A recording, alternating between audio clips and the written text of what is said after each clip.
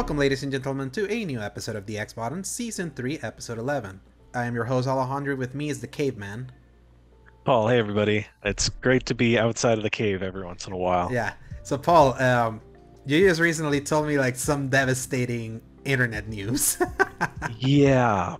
So to keep it as short as physically possible for everybody here, unfortunately, because of the positioning of my house, I am at the exact middle point between two of their junction boxes to get internet. Therefore, they need to make a third internet box that can then trace that wiring up a hill to me, and it is going to require up until roughly April 28th to get my Which, actual internet done.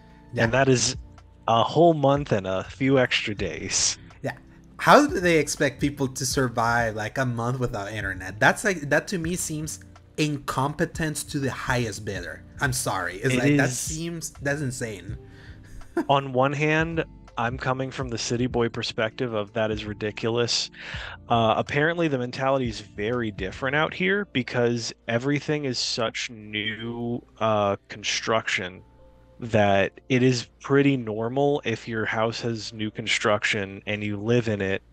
Like, you shouldn't have lived in the house until Uh, it was ready, kind of a thing. It's like, all right, it's just going to take forever to get stuff up there across the board. So it's like, it's an unfortunate part of this world when you're in the rural, quote unquote, part of it, in the mm-hmm. mountains especially, that if it's a new build, it's going to take forever to get any normal things out to you. So it's like, I wish I'd known that beforehand, but Mm-hmm. now it's just part of the territory, I guess. Yeah. Now, real quick. Did you like when you were moving over there? Did you knew that the house was like not finished when you were moving? Where like The did last did they bamboozle and you? So my boss didn't know either. He found out the day that he met me there to help me get into the place.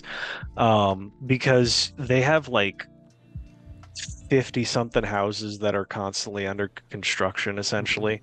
So of course he can't like keep a track on all of them.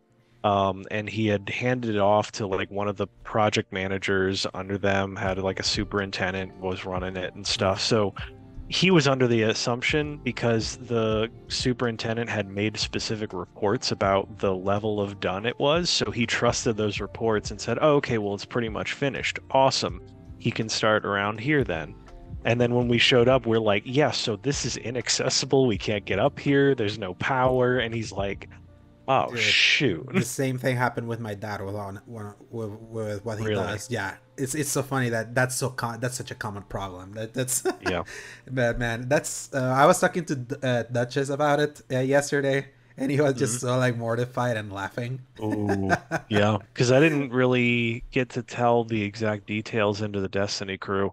Mhm. Of course, with all of that going on, which by the way, Duncan, happy engagement. What? Uh, Really?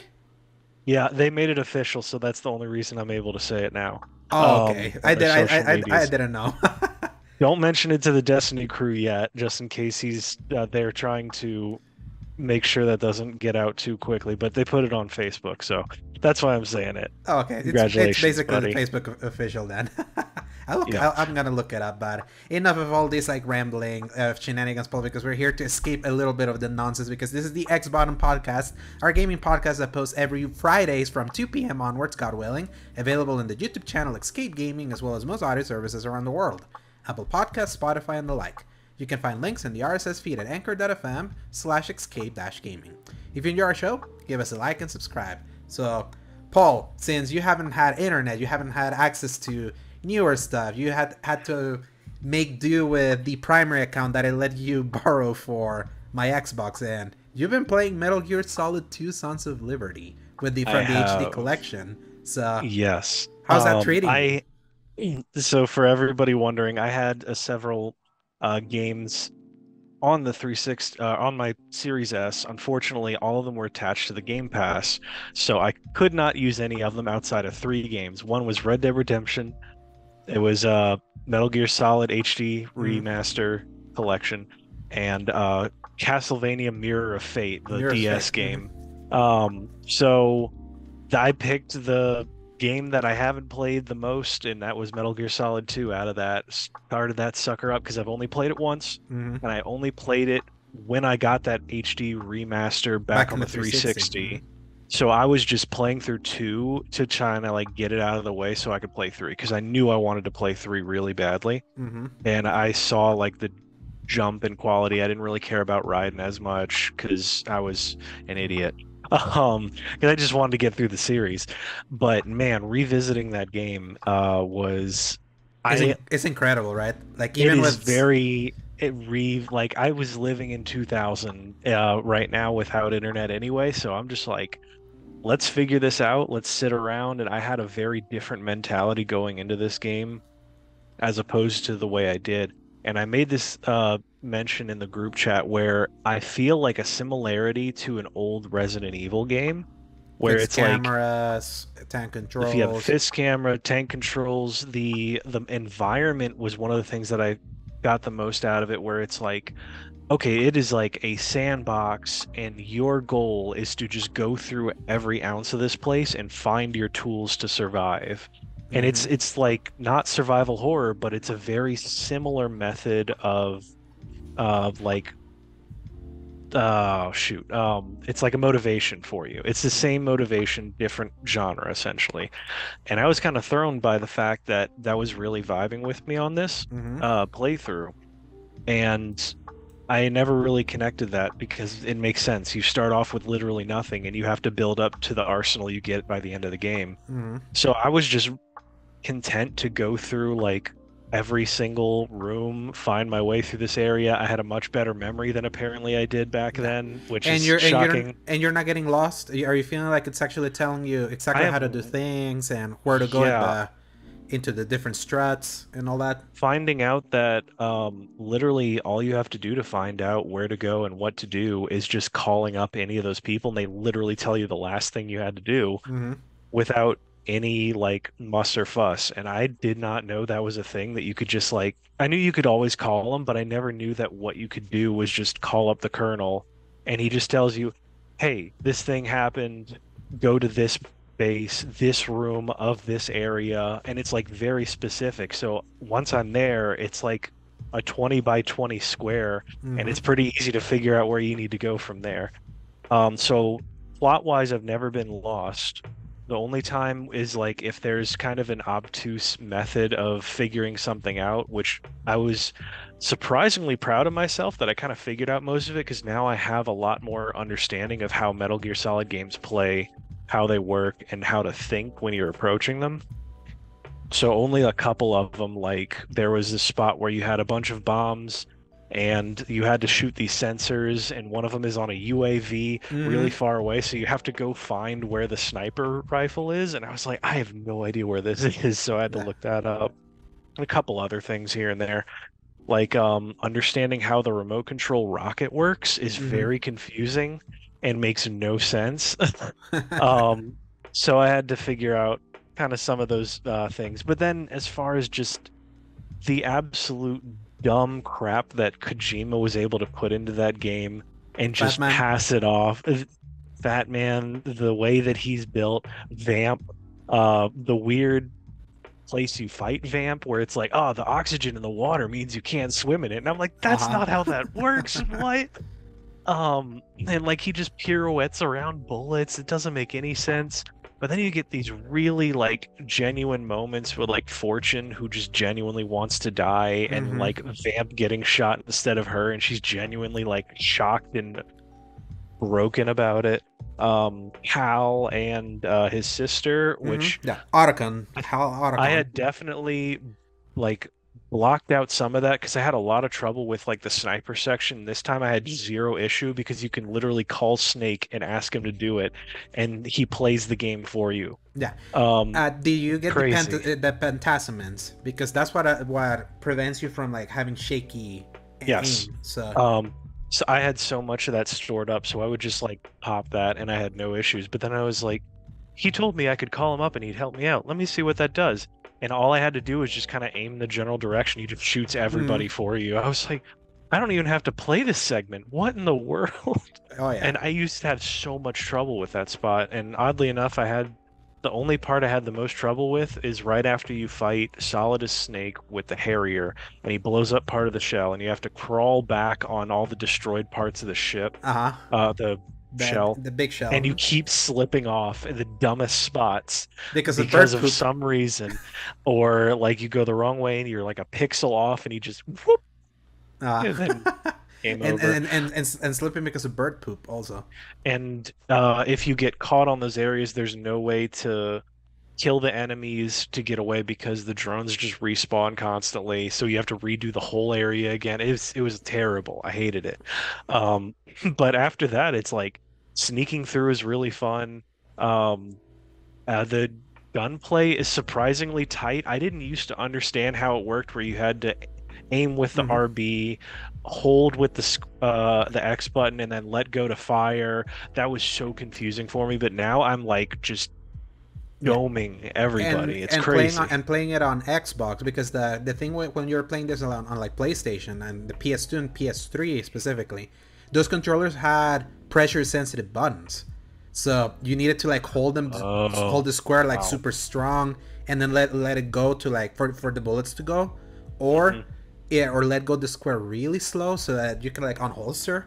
And on the Yeah, on the Xbox, you just have to press the left trigger to like aim yeah, and aim or not. So it's like it was more obtuse if you played it on PlayStation, because that just became so natural, like in the original console that thing came out, and the right. Xbox doesn't have a pressure sensitive buttons. Also, PlayStation controllers no longer have that, so that's what makes the idea of like the ports of these games eventually making it to PS4 or PS5s.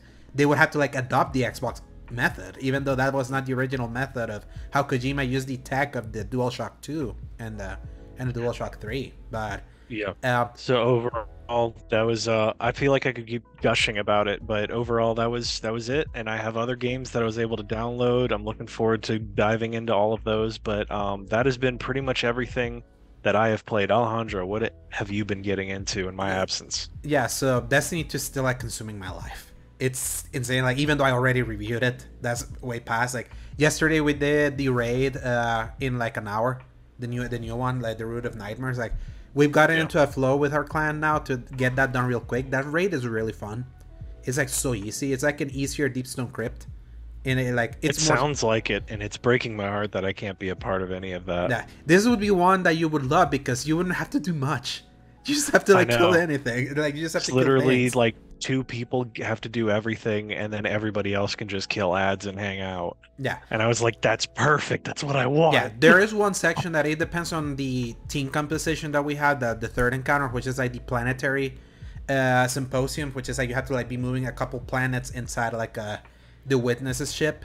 That, Mm, like, for example, in that section, I have volunteered to just be the ad clear guy. So you could be, because that's the place where four people have to be like switching places constantly to mm. like take a planet that's in a dark side into the light side to get into like DPS. And yeah, it's just so fun. Like, Nesserek, the final boss, it's when you're nail it, it's like it's so fun to like just melt him. It's not like the Bow the Disciple boss that he's like dancing around and stepping on you and all. And this one, like, apparently they're gonna adapt it like in a month or so. Like, they're gonna adapt because they Bungie said that they think they made the encounter way too easy, because you can just stand in the plate with a Well of Radiance and just wail at Nesserek that just kind of like keeps attacking but not really. So Uh, I wonder how soon you can come back. Like, if the Gosh, internet I hope allows to be so. able to, for you to at least see it in the easy way, because they're trying to Yeah. like break out the encounter that encounter, because I think it stinks to Bungie that the world first race was done in less than 2 hours. So that's Ooh. when it was supposed to be super Wow. hard. So, and so that's one. And I've been playing a lot of PvP for Destiny, which I usually haven't played PvP in a long time, Trials of Osiris or even Iron Banner, but they added a specific SMG that's Strand I've that, heard about it. yeah, that is so damn good that I spent like an entire 2 nights just playing Trials. Like, I basically prestiged the Oh my trials in like one gosh. day, just trying to just basically getting curb stomped left and right to try to roll the different angles, because there's legacy focusing now. So you can, if you get an engram, if you have enough currency, you can just keep like re-rolling the same gun over and over and over again until you get a roll you want. It took me like 15 engrams to get that, and then Iron Banner, one of the SMGs, they added this volatile round style perk that's called the stabilizing rounds, that if you don't want to be using volatile rounds with like a void build, like if you remember, if you use like a grenade, it activated volatile for anything that was void. You can have volatiles now in a specific gun and liberate your class to be able to do something else for more build diversity. I got that late last night. I got one that came in with Zen Moment and the Stabilize. I was like, done with PvP now. I'm finally done. I'm free. I'm free to play other stuff now. And I feel like I have that because I mentioned that I was almost finishing Dead Space Remake. I haven't finished it yet because I was just playing Destiny. I didn't want to let it go. And the next survival horror game is already here, so I was like, screw it, I'm jumping into that one. It's time. It is time. Resident Evil 4 Remake. I played it last night until Chapter 2. I've been playing it before recording until we were like in Chapter 4. Fantastic video game. God, it's like, one would, of course it was gonna be good as Resident Evil 4, but it's like the level of refinement towards this game is like, we got a taste of it with the Chainsaw demo, even playing further from it. What I love the most about it is that this is the kind of remake where sequentially you understand the sequences that are coming, but they're redone in such a way the layouts are, the only level layout that is the exact same is the village. Like the exact same where I told you last week that shotgun is in the second house to the left that you can open because there's 3 of them. One that's locked. Floor. Yeah. And on the second floor, and there's like a grenade in the drawer next to it. Those things are still the same, but other places are like, oh yeah, this is the place where you would have to climb a place that you can drop down to get a treasure, and there's like the blue gems that you can shoot. Those are still there, but the levels are completely different. The time that Leon, the place where you get the enemies that throw dynamites at you before you find Luis Sierra in the original one, that sequence is still there, but the place looks different. Also, completely So it's like it's really playing with my expectations, and I'm gonna spoil it to you, Paul. The dog lives. I did hear about that. And it made me very happy because a lot of people were afraid because he's not in the same spot. Yeah. That they thought he was gone, but he does exist. Yeah, they switch around where the dog is now, because initially where you would find the dog, the dog's actually dead. Like when you're playing the demo, you just see the dead body. Around that time in the original game, that's where you would liberate the dog. This time it's after you meet the huge guy that has like the big beard and the 2 eyes. The chieftain. Yeah, the chieftain. That's not Sadler, but it's like one of the first ones. Right. So the scorpion-looking dude. That then like he like tore it. Like I'm still having fight him yet. I can't wait to see how they do that. Being able to parry with that knife, I tell you, it's like just the flow of combat. It's so cool. And just a tip, were you playing with auto aim on whatchamacallit when you're playing the demo, or were you just like what was default on? Okay, so not auto aim. Back like the older Resident Evils, if you were playing on assist mode, they would have they were like the kind of like aim assist that when you're aiming, your reticle like gets into or as close to the head as possible.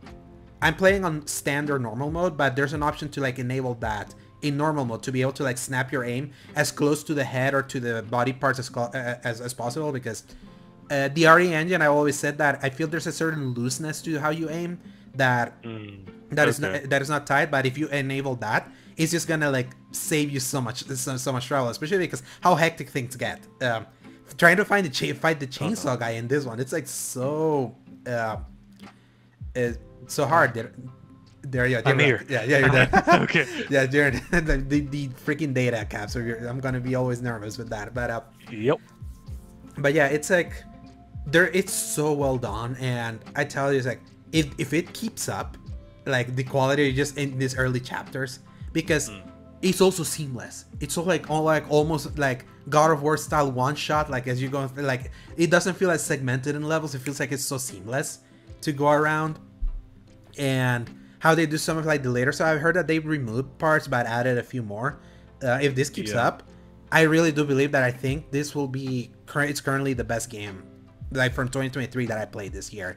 And what I don't know yet, because I still haven't finished Dead Space Remake, is which one I like more, and that's such a great like problem to have, because one is not clearly better than the other. They're both operating in such a high level, and that's like really cool because Dead Space is another remake that it's so many tentpole moments of the original game are still there, but sometimes the way you get to those places, like they play around with a little bit of your expectations. But I think it's more intense here in Resident Evil 4. Like it's because especially I last week after we recorded, I inserted the PS4 version just to kind of go through it again, just because I was itching. So having that clear in my mind, like how the levels were, and seeing this, like, yeah, this is like completely redone. This is not exactly that bad. The spirit, the cheesiness is still there. I'm glad the bingo line was still there after in the I village loved part. that, and that made me so happy at the end of it, because a lot of people were so afraid that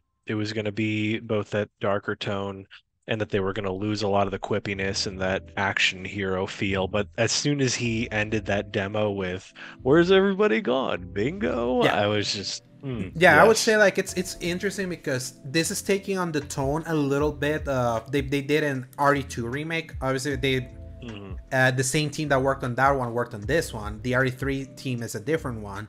The cheesiness is there, but this is still trying to be. It's not as overtly cheesy as the other one, because the other one was almost self-parody, but the cheesiness is still in this one, while still being creepier. They've added even new enemies. There's like this enemy that has like a big axe that its face is like a stitched cow.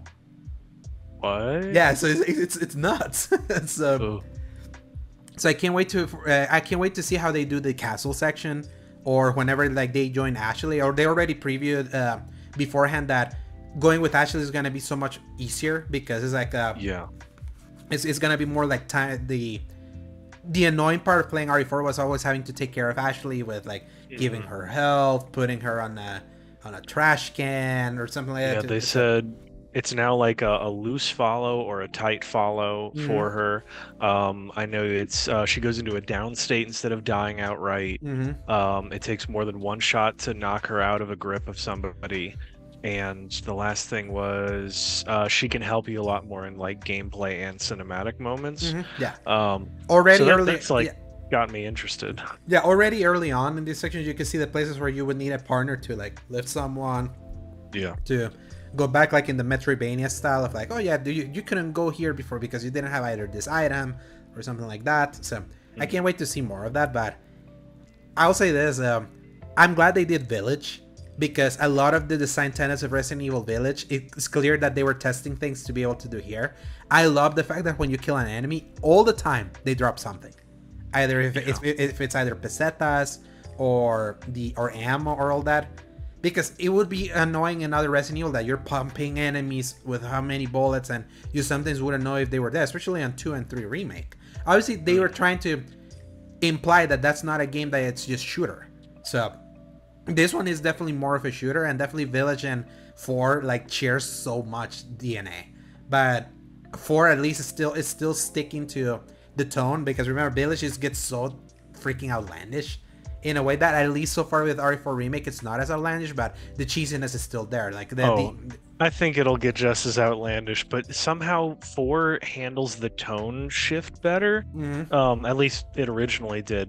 With like, yeah, this is all some crazy nonsense stuff, but somehow you're just having fun with it. Where RE Village felt more of like we're gonna take ourselves super seriously, but also here's this weird fairy tales. yeah, crazy vampire lady with claws and the guy that builds a mech suit, and it's Yeah. like I don't know what's going on anymore. Exactly. It's like it just that Village jumped the shark in how outlandish it wanted to get, and that was part of its appeal. But the appeal of Resident Evil is being able to like get to the line of cheesiness and know when to stop.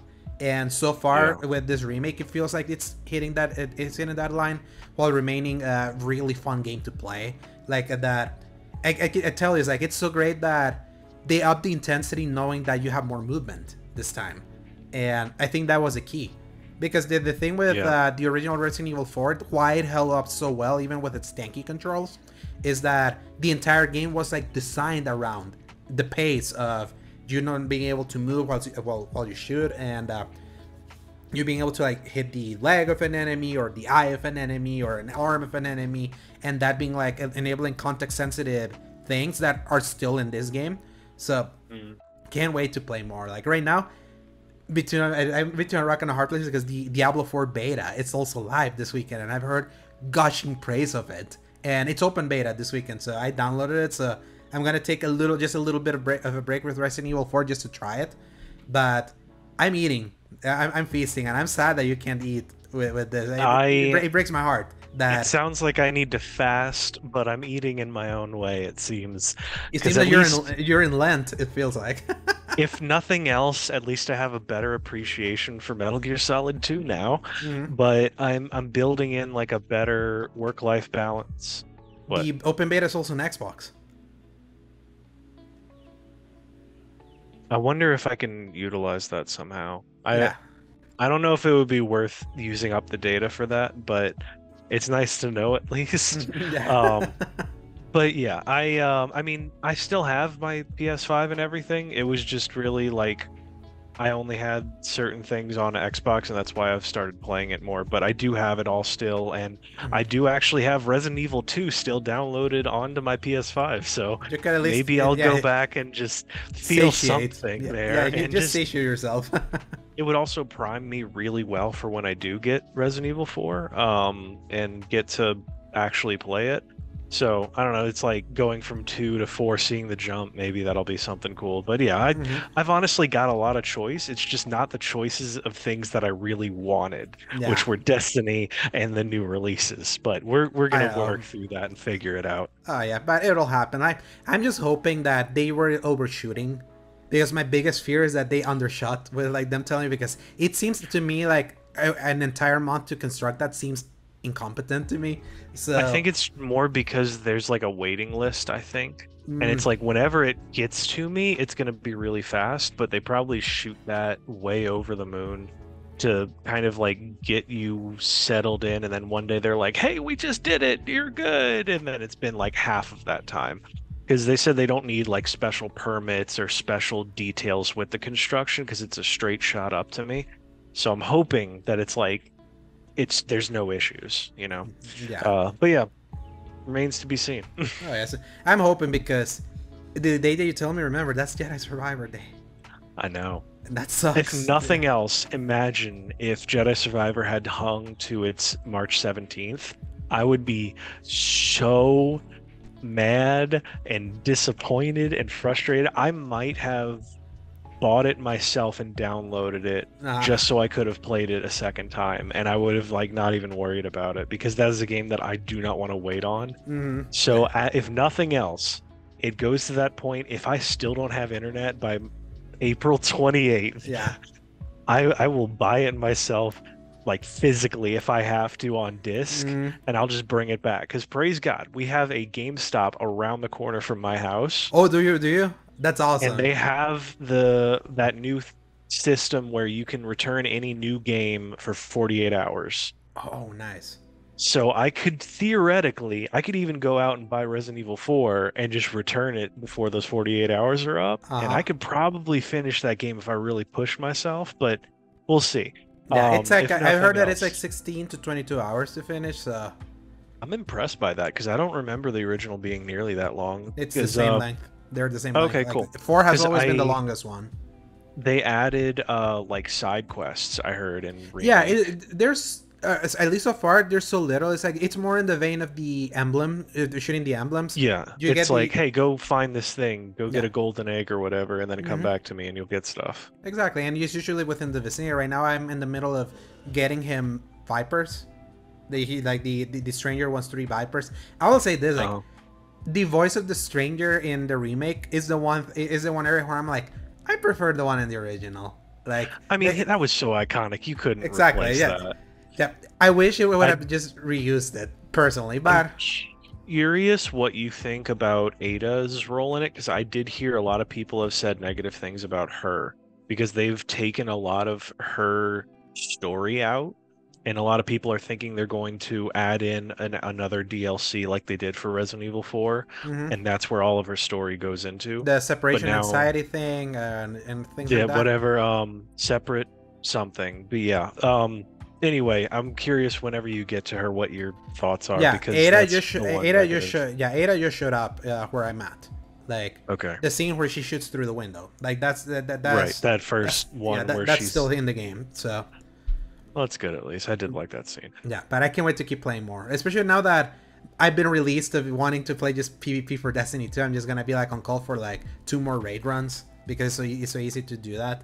But yeah, Resident Evil 4 for me, and I was like in that weird kerfuffle where I may have or may was not gonna review it. I'm still kind of like in just in a backup, like the guy that was supposed to review it for us at Season Gaming Right. finally got the code on PC, so everything's in chapter 2. I'm ahead of him, so we'll see how it goes. But enough of that, All right. Paul. We got a few news stories to talk about, so press X.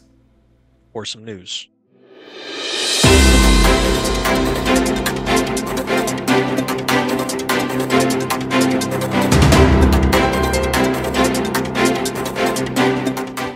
Story number 1. This is about Redfall. By a story from Wesley LeBlanc from Game Informer. Microsoft canceled PS5 version of Redfall after a Bethesda acquisition. Arcane director I know says. what this is. Yeah. So, Arcane was developing a PlayStation 5 version of its upcoming first-person vampire shooter Redfall before Microsoft acquired Bethesda in 2020.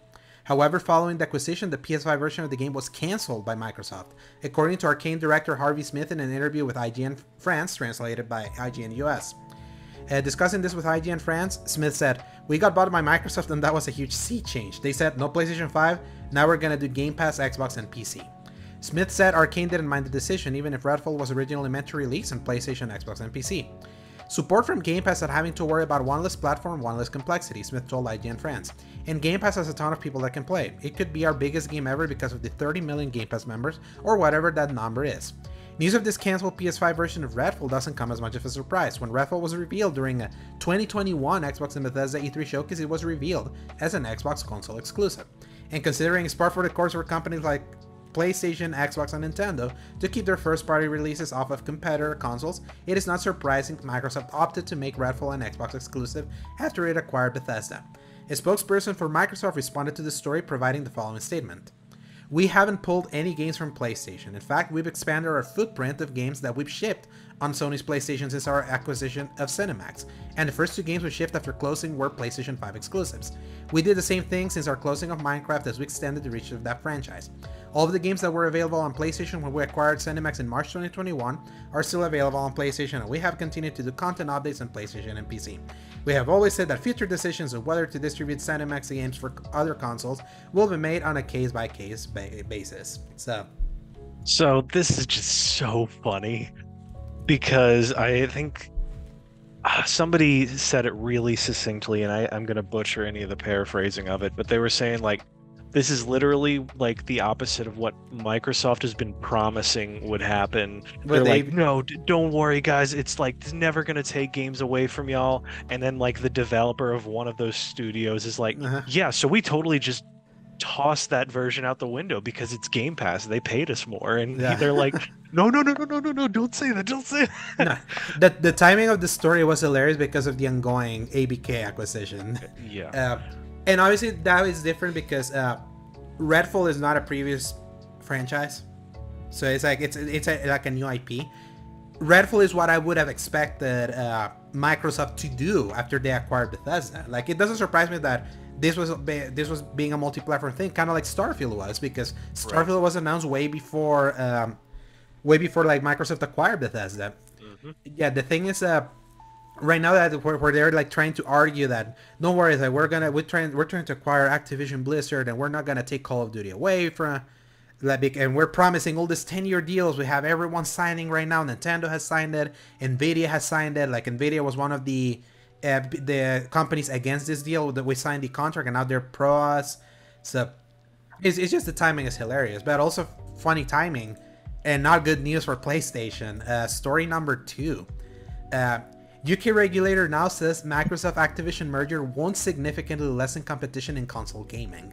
The watchdog said on Friday that it has updated its provisional findings after receiving fresh evidence that alleviated some of his concerns about the $69 billion deal. This is a story by Tom Ivan from BGC. While the CMA originally believed that making Call of Duty exclusive to Xbox would be commercially beneficial for Microsoft, it said that new data it has received indicates that this strategy would be significantly loss-making under any plausible scenario. In light of this, the CMA has narrowed the scope of its concerns about the deal. Provisional findings are a key aspect of the merger process and are explicitly designed to give the businesses involved and any interested third parties the chance to respond with new evidence before we make a final decision.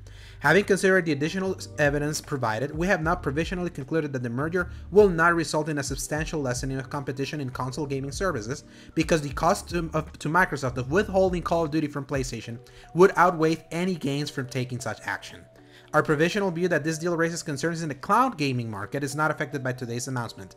Our investigation remains on course for completion by the end of April. So, just to stop it there, Sony has been like ringing the trumpet saying like that Microsoft acquiring Activision would be like this massive disaster, that it was like it would foreclose them even though they were the market leader, and they don't have the wherewithal or the capability of creating like a Call of Duty competitor. And the CMA, which is the regulatory body over at the UK, were the ones that were basically parroting some of those talking points when they were like saying that they were against this deal. The EU recently became pro this deal because they saw the deals that Microsoft signed with Nintendo, Nvidia, and even other like super weird streaming services like Boolean or something like that. I don't even remember, but the holdovers were the CMA and the FTC. Now it seems that the CMA is provisionally like moving slightly forward with like them trying to block this, because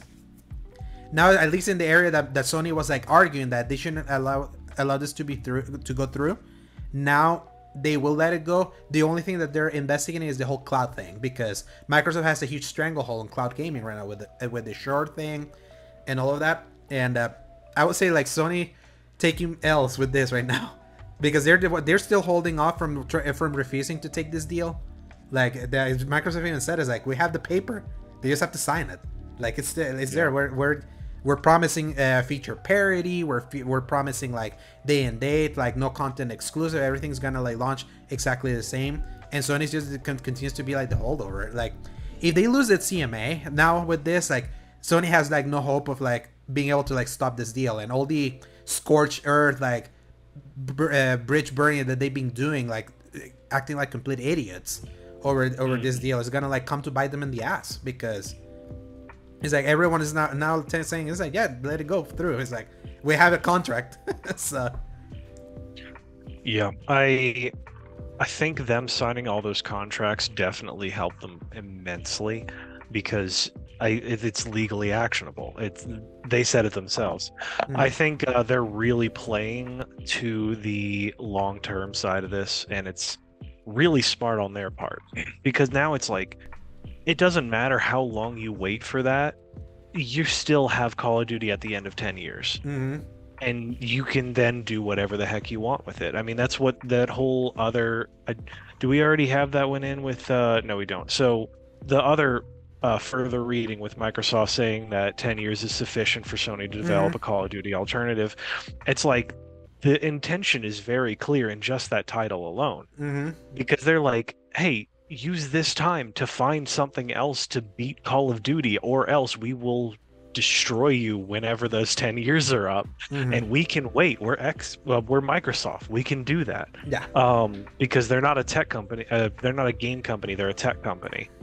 They can just sit back on all their other profits. And there's also something interesting with like what the CMA mentioned, that the cost of making Call of Duty and the sales numbers they get from like Call of Duty, which is right now significantly more on PlayStation, are such that they know that it behooves Microsoft to keep those sales coming in, because that's how big it is. For Bethesda, it was different, because Bethesda was more niche, and because of the more nicheness of the Bethesda titles, they could take the hit of like making like newer titles from them exclusive and making them Game Pass, because it was like more. It doesn't rely on having like such massive player numbers to make the deal work like numbers wise. With Call of Duty is way different because of the 69 billion that they're going to spend. It's like they know that they're going to keep Call of Duty on PlayStation at least until Call of Duty stops being like the biggest thing in the world. Then I can see that just becoming like exclusive like in a decade from now. But to me, like, why I've been more pro like this deal just to go through is because, at least for us that are more PlayStation people, we know that it cost us a showcase last year. And like it causes more perpetual silence because of Sony trying to appear weak to stonewall this garbage. So I just want it to be done. I just want it to be like I just want this to be done. And this feels like this was the moment of like the Frodo after Return of the King and the ring falling there, being like, it is done. Like because it's like this that's 2 of the 3 now. Now the FTC is the sole like holder.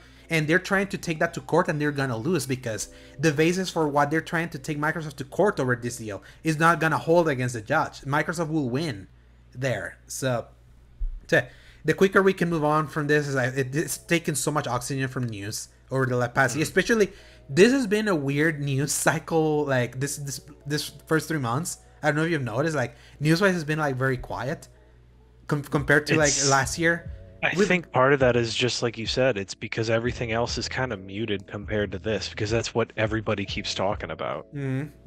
Exactly. So, and games have come out around this time, so people are actually playing games. So that's usually true. So I just can't wait. It's like I feel like that's a domino that's dropped, and I've been loving the memes that they've been throwing for Jim Ryan. I tell you, it's just been funny.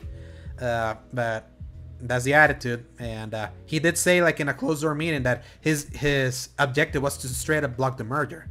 Big L. So this one is exciting, but it's funny, Paul, how it happened. Story number 3 by Wesley LeBlanc over at Game Informer. Marvel Spider-Man 2 Venom voice actor hints at September release date. News on Marvel Spider-Man 2, the highly anticipated follow-up to Insomniac's Marvel Spider-Man from 2018 and 2020's Marvel Spider-Man Miles Morales, has been light since the game's reveal in 2021, which is crazy. It's been like 2 years. But back in December, PlayStation did reveal that Marvel Spider-Man 2 would be out sometime this fall. According to the voice actor for Venom in the game, Tony Todd, who we heard briefly in the game's reveal trailer, Marvel Spider-Man 2 could be out this September. Strangely, Todd responded to a fan excited about the game and spilled the beans. Looks like September. Massive publicity coming in August. Commercials start dropping in August, so I'm told. Hold on to your and hold breath. Gonna be necessary. Sure seems like information Todd wasn't supposed to reveal, right? Despite what you might think, though, Todd's tweet is still up at the time of this writing, meaning Insomniac Games hasn't made him take it down yet. Once people started to realize that Todd had potentially revealed Marvel Spider-Man 2's release date, he cheekily tweeted the following. No more hints about Spider-Man 2. It was all a fever dream. Blame it on jet lag. Who knows? I might not even be. Hashtag Venom. And he posted up a picture of him being like taking like a jacuzzi and wearing like a mask. Now it's important to know that just because Todd hints the game's coming this September doesn't mean it actually is. We should remain cautious about an official release date or release month until it comes from developer Insomniac Games, but September lines up with the previously revealed fall window. And also September release date would put this big PlayStation first party launch up against Xbox big first party launch in Starfield September 6th. So this fall could be quite busy. So that is a good point. Yeah. I think September could be really great for them because it jumps ahead of all of the regular fall holiday stuff always. Because Spider-Man 2018, correct me if I'm wrong, that was in June? Or it came out in September. Also, it also September. I don't know why I thought it was in the summer, but yeah. In the summer, we got in the summer of 2018, we got at E3, we got the big prison demo, the one that revealed the Sinister Six. What I'm thinking of. So yeah, I think there's definitely a chance that this holds a lot of water for sure. I think that you don't make a blunder that quickly unless you're like all the context clues are there and he just got too excited in that moment. Yeah, and someone was making I was listening to like a podcast discussing this and they were making a good point. Like for actors, they're told ahead of time like when press junkets could be to like start making time. Something like actors like in the lead up to like a launch is usually like a month before. They could theoretically tell him, it's like, hey, we're planning to release in this. The ads are going to start going out in a certain time. We might need you for like interview, especially someone like Tony Todd. Do you watch the Flash TV show Zoom videos that you haven't seen? It's like I've seen some of it. Which one was he? Color of suit? Yeah, the blue. He's like blue, black. It has like a. I think I know who you're talking about. Yeah, so that's the voice, like the voice that he makes in that as the villain in that show. That's the voice they're doing with Venom. Is like it's such a great voice. It means the voice of Candyman.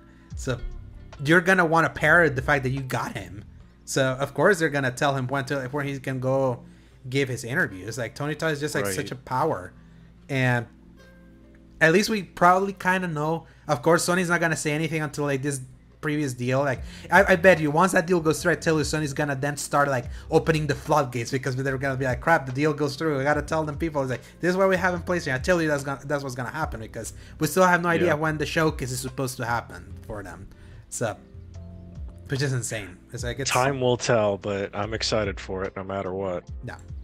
So story number 4, this one was a sad news that happened late last week after we recorded, and we haven't talked about it in the show, but yeah, we'll talk about it here. Story number 4 by Jordan Middler at BGC. Lance Reddick will feature in future Destiny content, Bungie confirms. Studio pays tribute to the actor who died recently. The actor, who was found dead at his home last week, was widely known in the gaming world for his role as Commander Zavala in Destiny. In a blog post this week at Bungie has said it plans to honor his presence through his performances yet to come in the game. The tributes that have poured in for Lance have been overwhelming, from endless heartfelt messages on social media to impromptu gatherings of respect in Zavala's corner of the tower, overlooking the last city. As an actor, musician, gamer, and family man, the passion Lance brought to the things he loved was reflected in the eyes and hearts of all who love him. For now, we will honor his presence through his performances yet to come in the game, and in the memories that will last us a lifetime. So, that getting the news that he passed last Friday really felt like a cold bucket of water hitting. Especially because just the day before, I saw a video that he had posted on Twitter of him being like hearing like his dogs barking, and then suddenly, that was like one of the last things he posted on Twitter. And then he retweeted something, and then the next day we got the news. And he was in the middle of doing the press junket for John Wick 4, which comes out today when we're recording. They say it was natural causes. I can't wait to hear exactly what those natural causes look like, because he didn't seem like he was that sick, personally. So I was like, but it's so sad. Like, when that happened, I didn't play Destiny for like a couple days, because we hear Zavala all the time. That's like constantly. It made me kind of recontextualize like his relationship with Bungie and all of that, because he is used so often for them. He shows up in so many things. Compared to everybody else, he's like probably the single most important NPC, I would say, in the game. He is like your guide through all new stuff, all Vanguard things, most of the story content. And it is crazy to like realize in hindsight where somebody like Nathan Fillion got too big to continue playing his character, and a lot of other characters just kind of like the actors playing them move on and do something else, but he always just stuck around and like was totally willing to continue offering his voice for so long. And is insane to think back on it, and then finding out so many things about him in hindsight always like breaks my heart, because that always happens for me, because I'm not really connected as much to some of the people who build or play the games or make them in general until after something terrible has happened to them, and then I'm like, oh man, that sucks. So this particularly was really rough. Yeah, especially like he not only did he like love voicing the character, he played Destiny a lot. That's what I didn't know at all. Especially like I've heard so many stories of how cool it is that you would do a raid with him, and you would hear like him doing the calls, and it felt like you were hearing Commander Zavala. Oh my gosh! Telling you that, and like compared to like the other big actors, for example, like Nathan Fillion, he couldn't come back for Cade for the last thing they did with Cade 6.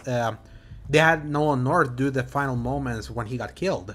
And Gina Torres, who did the voice of Ikora Rey, they recast her because they wanted to make Ikora more like a more integral part in some like the seasonal stories and also just expansions that they might as well get an actress that they could like tap at any point. Like even other actresses like the Anna Bray got recasted by season 10. Like they've been like doing like all these recasts because they've been reinforcing storytelling with Destiny. That's been like the good thing outside of the Lightfall campaign.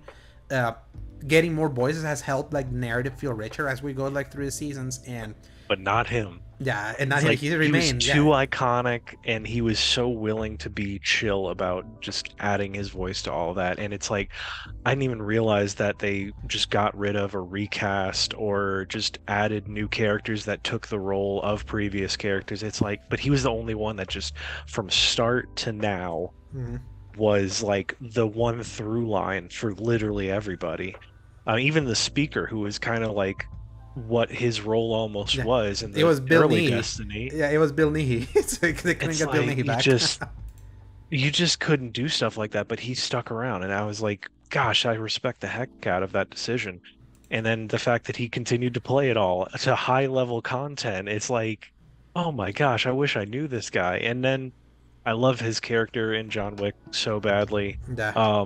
Silence in Horizon Zero Dawn was just such a piece of crap, and I loved him. Mhm. Um, in like the best way. Yeah. And it's like the way that he had that range for it with that single iconic voice, it just breaks my heart now. Yeah, But I'm his voice glad. had gravitas. That Yeah. was the power of Lance Reddick. So But yeah, to I guess come full circle with that and tie it in a bow, I am glad that they had in fact already recorded so many lines of his, because I had a feeling at least for this year's content they probably had already recorded all his lines, so that at least for these next seasons he's going to be an integral part continually, and I'm sure they'll yeah, it does make me wonder if he recorded anything for Final Shape, because the Final Shape, now that the smoke is cleared with what Lightfall is, what the Final Shape is promising is kind of like what we were promised Lightfall would be back in 2020 when it was announced. Because Lightfall was announced at the same time as Beyond Light and Witch Queen. That was like the big move that Bungie did. They were like, yeah, we're gonna give you like, we're stopping doing the once an expansion per year announcement. We're like telling you the roadmap, and Lightfall was there, and what we hear about Final Shape, it seems like the things that were originally going to be Lightfall before they pushed that, and then Lightfall became like its own filler thing to add to Armor Time. So maybe they recorded all the original Lightfall stuff that became Final Shape with him, and that's kind of like we're gonna wait for him. But if he didn't, it does make me wonder how they're gonna like cobble maybe like an explanation for why Zavala could not keep going, or if they're gonna go through the painful route of a recast. And I think personally they're going to either reuse a lot of unused content from him, and just like kind of piece it together, or do the Princess Leia process where it's like you kind of have them there, but it's very limited, and then he just kind of stays in his role later on. Yeah, and in the Princess Leia case, like for Rise of Skywalker, for example, all of Leia's footage in that movie was Force Awakens from footage. Previous stuff. But now it's like you don't even have to do that part. You just need the voice. So it's like I'm sure they have so many unused lines from him, or even lines that were once used forever ago that nobody remembers. And I think they could definitely make something out of that, at least till the Final Shape, if not into it, because of course then you get into details of the like the specific plot, and you don't want to really touch that with somebody who's passed. So yeah, I think it's just going to have to change if it hasn't already. To either somebody else or they already got through it. So what I'm hoping, and I hope that Bungie doesn't go this route, is that then they AI Zavala. Oh no, don't even say that. Because I had forgotten about that, and we're gonna add the story poll, but we gotta talk about this because we haven't had that section in a while. Okay. Oh, that's right. We almost forgot. Yeah, when I heard of it, I was like, oh crap. And I mentioned we're gonna bring back this. It's been a while since this developer has been like sort of quiet, but they've been like shit in the bed. The last time we talked about them, they canceled like 1 million games. But well, no, Ubisoft is like, you're stepping back in front of the congregation for a roasting. Story number 5 by Tom Ivan. Ubisoft is developing an AI tool that aims to support script writers. Ubisoft Ghostwriter will generate NPC phrases and sounds. According to the publisher, Ubisoft Ghostwriter will be used to generate the first draft of the chatter of crowds and triggered NPC lines. While these sounds and phrases are central to immersing players in its game worlds, Ubisoft said using AI to help do so will enable its narrative teams to work on less repetitive tasks. The technology has been created by Ubisoft LaForge, the research and development arm of the Assassin's Creed publisher. Introducing Ubisoft Ghostwriter, an AI tool developed in-house that aims to support our scriptwriters with generating the first draft of our NPC barks, the phrases or sounds made by NPCs when players interact with the game world. Ubisoft wrote in the description for the trailer that they posted above in the article. This tool was created hand-in-hand with scriptwriters to create more realistic NPC interactions by generating variations in a piece of dialogue. See how our teams will use AI to handle repetitive tasks and free up time to work on other core game elements. Following the initial publication of this story, many game developers on social media reacted negatively to Ubisoft's announcement and called for the company to invest in human writers instead. Yeah, Sony Santa Monica writer Alana Pierce wrote, "As a writer, having to edit AI-generated scripts dialogue sounds far more time-consuming than just writing my own temp lines. I would have far preferred AAA studios use whatever budget it costs to make tools like this to instead hire more writers." Yes. I tell you, Paul, when I look back at my time playing some of these Ubisoft games and hearing some of the chatter, they already sound like AI. Yeah, that they do. And I guess is a testament to how bloated and lifeless a lot of their worlds are in such a way that they have to create so many variants of the exact same line, essentially. But it's like, why is that the answer that you've come to for the problem you had? Yeah. why is that the direction you wanted to go in? It just doesn't make any sense. And like, I see, that's the worst part, is I understand where they came from, where they're saying, well, we have this problem, what are we going to do for it? And then they immediately jump to the first, like, untested technology, rather than, just like she said, is the laziest. Hey, maybe hire better writers. Yeah, and basically or the laziest. Continue hiring. Yeah, it's just messy. I don't like it. No, I don't. But neither does anyone else. Yeah, and because it's like the idea of AI like replacing actual human work is like a clear and present danger. AI art has really I found AI art hilarious in a way because of how accurate it is, but it terrifies me for people like you and Zach that love drawing and doing art. That there's like a tool that just can make art just like that. When that's something that requires so much time, care, and passion to create a living expression. Same with writing. Like, writing comes from like the heart and passion from the writer, and this is like a slippery slope as it can get. Yes, but they may be saying things like, no, this is just for like the NPC shatter, the initial, and then writers can just go and fill up the thing. When then like something like ChatGPT that can create like massive scripts over just like few ideas that something sound like really accurate, when does that then become, no, we're gonna let AI write the story? Like a user generator or procedurally generated thing. Is like, that's like the danger of like letting this kind of technology like start being used. Even though I think AI could be used in other kind of things. Maybe like I feel like maybe for like QA AI that could help like QA testers. Maybe that could be something a little bit more practical because that's the constant use of like constant trying to break a game. Maybe something like that, but not the artistic merit of things. That's where AI to me doesn't belong. So yeah, F Ubisoft. Once again, it's like, you be quiet, and then of course you have to like bring this cursed thing into the world, like at a moment where like you're not even releasing any games. I don't even know when Mirage is supposed to come out, but hey, you can pre-order it now. So, final story, Paul, something a little bit more exciting in a way. TMNT The Last Ronin video game is in development. Story by Marcus Stewart from Game Informer. A video game based on the hit Teenage Mutant Ninja Turtles graphic novel The Last Ronin is in the works, Polygon reports. The news comes from Polygon's interview with Doug Rosen, a senior vice president for games and emerging media at Paramount Global. According to Rosen, The Last Ronin video game will be a single-player action role-playing title in the vein of the Norse-themed God of War series. Like the story it adapts, the game will feature a mature tone. The game's developer has not been named, and the project is years away from release. The Last Ronin was published in 2020 as a 5-issue miniseries by IDW. It takes place in a dark futuristic New York where 3 of the 4 turtles have been killed. The surviving turtle, whose identity is revealed at the end of the first issue, we won't spoil it, dons a black mask and seeks revenge by fighting crime using both his and the weapons of his fallen brothers. It's a cool and very grim story if you haven't read it, and we're excited to see it translated into a game. That's what Marcus Stewart says. Rosen also mentions in the same interview that Paramount sees opportunities to create different types of TMNT games that target young and adult audiences. The Turtles are enjoying quite the renaissance lately thanks to the launch of the well-received beat-em-up Shredder's Revenge last year, the nostalgia trip of the Kawabunga collection, a Shredder-themed Call of Duty pack, and even a new animated film coming to theaters this August. That animated film looked slapping. I forgot. Yeah, they are really coming up with a lot of stuff, and like, who planned all of this to come out in such a quick succession of time that they need a raise because they are planning it very well. Yeah, the last time that I remember the Teenage Mutant Ninja Turtles like having like prominence even like in movies and games was back in 2016 with the TMNT Out of the Shadows sequel, the live action one, and the Platinum games, TMNT game that sucked.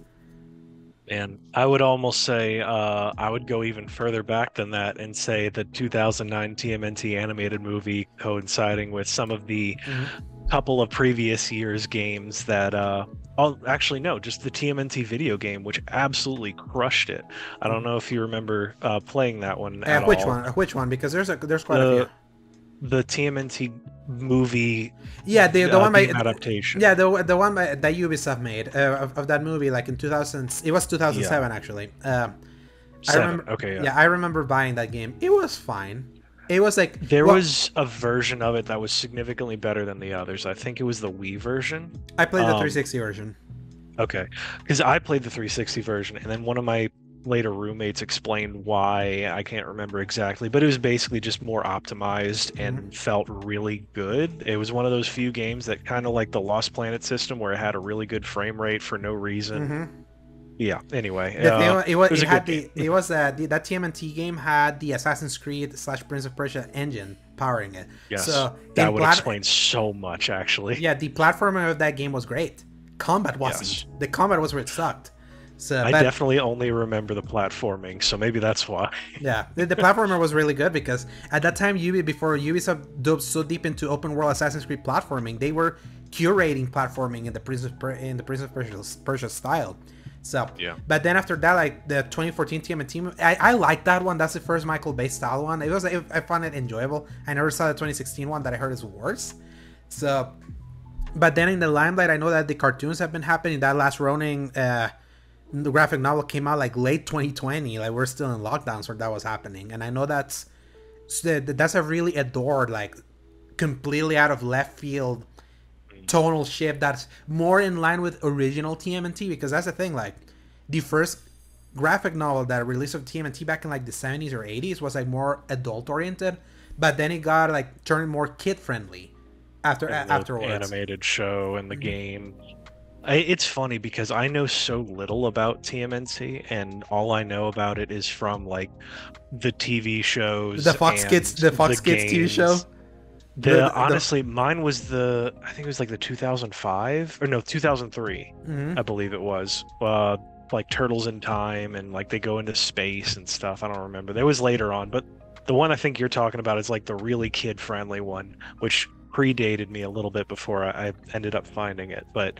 Yeah, so it was like I was kind of on this weird parallel journey outside of all of that fandom, but every once in a while it would kind of connect with me. So I'm like, oh, I'm aware of this, but it wasn't really as big with like it's Transformers or something. Yeah, to me there was a trilogy of games that released by Konami in the PS2, Xbox, and PS and GameCube.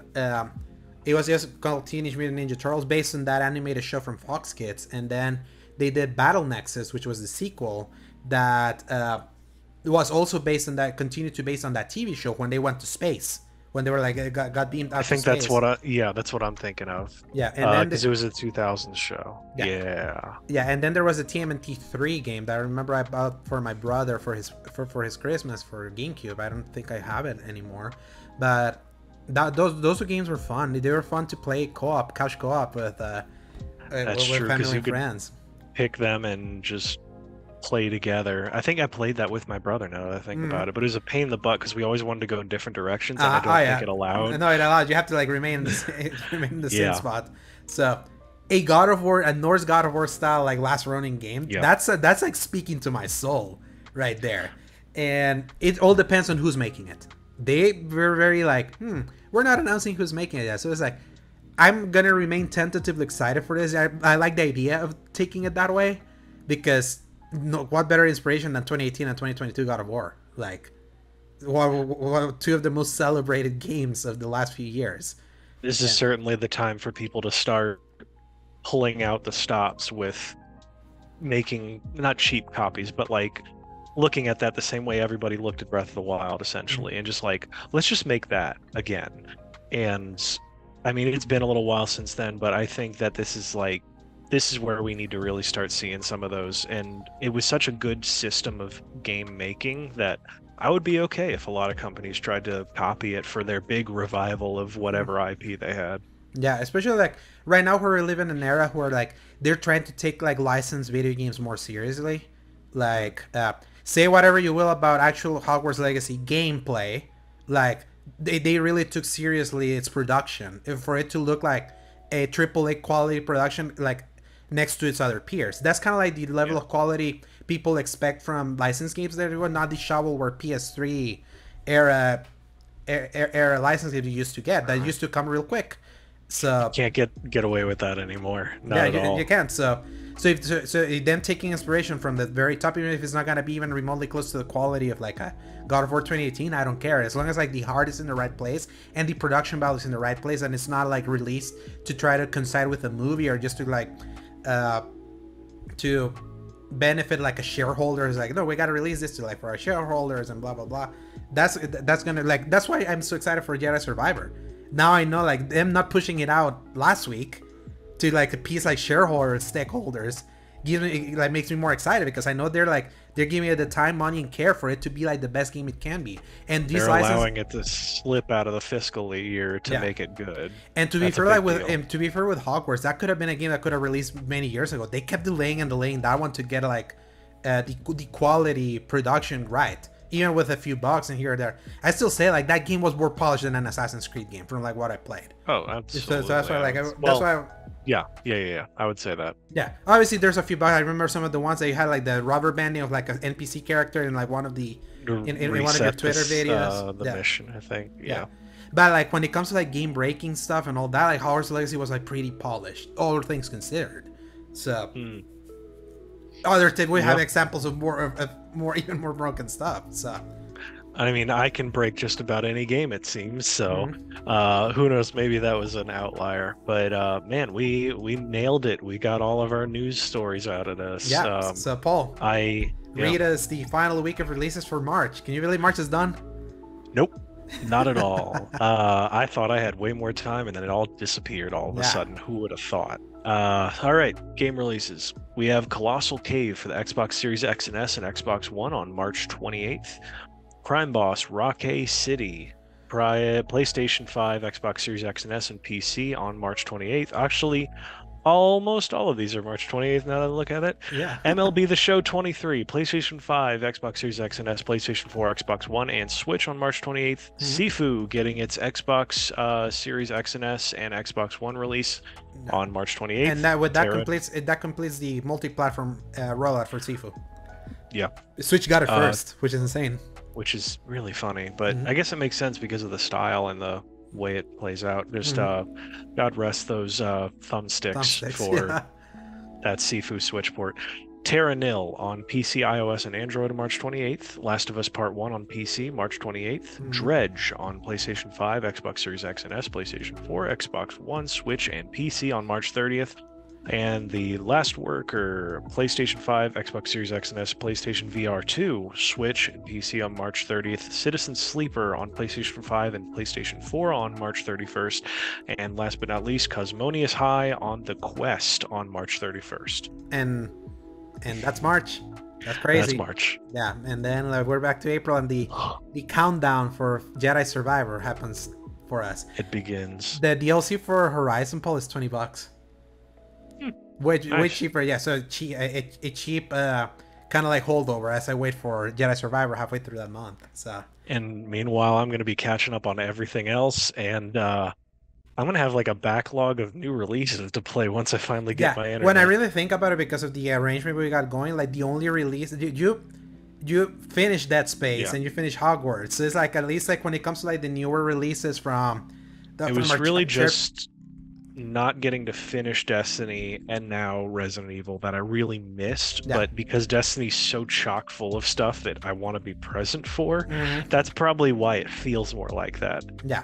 As And then opposed to, something like Forspoken that it's way past it. It's like, I don't think I'm ever going back to yeah, it, it's like honestly. you can't. It's like you can't experience it after getting the quality afterwards. And Atomic Heart, which I did want to go back to, but with each passing day, it slowly war of attrition And pushes me away to be like, that just told me the ending sucked. So I was like, okay, well, that's yeah, I guess so. I really wanted to play it more just to get a little deeper, but at this point, I'm gonna just rather like I'm not gonna push back Resident Evil 4 to play Atomic Heart. Like that's not gonna happen. No, So it's Resident like, Evil 4 is like I tell you, is so damn good, and you like Village a lot. You're yes. gonna feel it. This is third-person Village, so I have a feeling. I'm so excited. Every piece of gameplay I've seen just makes me feel like, oh, I want to play it so bad. yeah. But And by the way, just a shout out to our buddy Sebastian. This is the first episode in like almost a month and a half that he hasn't been in. He's currently at PAX. Like so. yeah, congratulations, buddy, for actually making it to all the goals of what every journalist and writer and podcaster for video games ever wants to get to. Yeah, basically be able to go to conventions and meeting some really cool people. He met like two of the Iron Lords, especially my favorite, Lord Cognito. I'm glad that you had clarified that because they just looked like regular dudes, and I was like, who are these people? I don't know who this is. If you remember the clip that I shared you of like one of the black dudes and hip hop gamer going back and forth about like Xbox having nothing, and then it was like I've gotta go like grab my gun because they're shooting. That's that was Lord Cognito, the one that picture. So, yeah, it's so funny. He's like every time you see him, I can't wait to ever meet him and be like salute. That's like his that's like his big thing, and he calls everyone Lord. Like he calls everyone like a Lord someone. That's funny. Yeah, he retweeted Sebastian's figure like nice to meet you, Lord Sebastian. So that's sick. And especially that Iron Lords podcast originally like inspired by Destiny, by Iron Banner. That's right. I forgot about that. Yeah. Huh. Yeah. Well, one day, Paul. shoot. Yeah, one day, Paul. One day. Yeah, so that's why we gotta keep mushing on Sebastian. Like, use his connections. So, Paul, where can people find you? As always, y'all can find me under a rock and in a cave, but whenever I'm not, you can find me at Dork of Art on Twitter or Dork of Art on YouTube as well. Obviously, I'm not uploading much, but Twitter I can post things no matter what. Cause I got once you're finally like once you reach the civilized stage, therefore you moved. Get back to the first world, you know. Yeah, that's where I am at. Where are you, Alejandro? They can find me at @_Segovia on Twitter, at AlejandroSegovia93 on Instagram, and whenever I write things, over at seasongaming.com or at my blog, thecriticalcorner.com, which I haven't written anything in like a few months because I've just been all over Season Gaming at this point. But I'm kind of like a little bit of a break until Jedi Survivor. So, or if somehow the RE4 review ends up falling on me, depend all things considered. So. But I'll promote that when the time's given. But until then, people, thank you so much for listening to our show, either in audio services or here on video. And whenever Sebastian does the shares, like he posts the episodes like as offer podcast over on his feed also. So we get listeners from his side that way. So, and everyone enjoy the weekend. Diablo 4 and Resident Evil 4. It's out there. Like John Wick 4 is also. This is a really great geeky weekend. And seriously. And stay healthy, stay safe, and remember, press X to play. Good night, everybody. Hasta la vista, baby.